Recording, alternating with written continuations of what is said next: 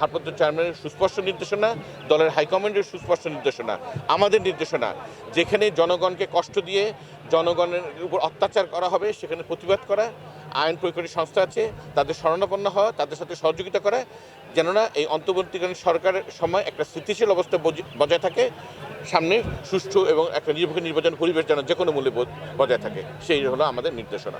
আজকে যে অনুভূতি অত্যন্ত আনন্দের, সেই সাথে বেদনারও, কেননা এই 5ই আগস্টের ছাত্র জনতার যে আন্দোলনে হাজারো মায়ের বুক খালি হয়েছে, সেই তাজা রক্তের বিনিময়ে কিন্তু আজকে আমরা এরকম মুক্ত পরিবেশে ইফতার, দোয়া মাহফিল সহ বিভিন্ন রাজনৈতিক কর্মকাণ্ড চালাতে পারছি। আপনি বললেন বাজারে গুঞ্জন রয়েছে, এবং বৈষম্যবিরোধী আন্দোলনের অন্যতম নেতা জনাব হাসনাত আবদুল্লাহ তিনিও কিন্তু একটি সুস্পষ্ট একটি ফেসবুকে স্ট্যাটাস দিয়েছে। আমি ব্যক্তিগতভাবে অত্যন্ত উদ্বিগ্ন, মর্মাহত। যদি এই কথার ন্যূনতম সত্যতা যদি লেশমাত্র থাকে, এটা অত্যন্ত উদ্বেগজনক।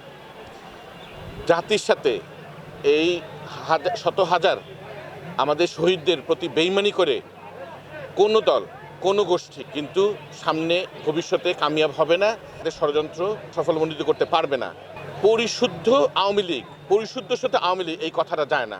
তারা ফ্যাসিস্ট, তারা স্বৈরাচার, তারা হত্যাকারী, তারা লুণ্ঠনকারী, তারা এখান থেকে অর্থ পাচারকারী এবং নিপীড়নকারী।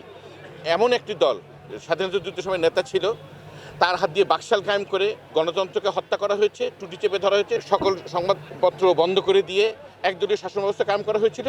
ঠিক তেমনিভাবে গত 16 বছরেও এই স্টিম রোলার চালিয়ে মাফিয়া সরকার এ দেশের মানুষকে জিম্মি করে, হত্যা করে, গুম করে তাদের যে ফ্যাসিস্ট রাজত্ব কায়েম করেছিল, তাদের সাথে কোনো রকমের সখ্যতা, কোনো রকমের সমঝোতা, এবং যেই রক্ত তাদের গায়ে লেগে আছে, এই রক্তের দাগ মুছে না যাওয়া পর্যন্ত, জাতির কাছে ক্ষমা না চাওয়া পর্যন্ত এবং সুস্পষ্ট বিচার না হওয়া পর্যন্ত কোনোভাবেই, আমি সরাসরি বলতে চাই, আওয়ামী লীগের বাংলাদেশের রাজনীতি করার কোনো অধিকার নেই।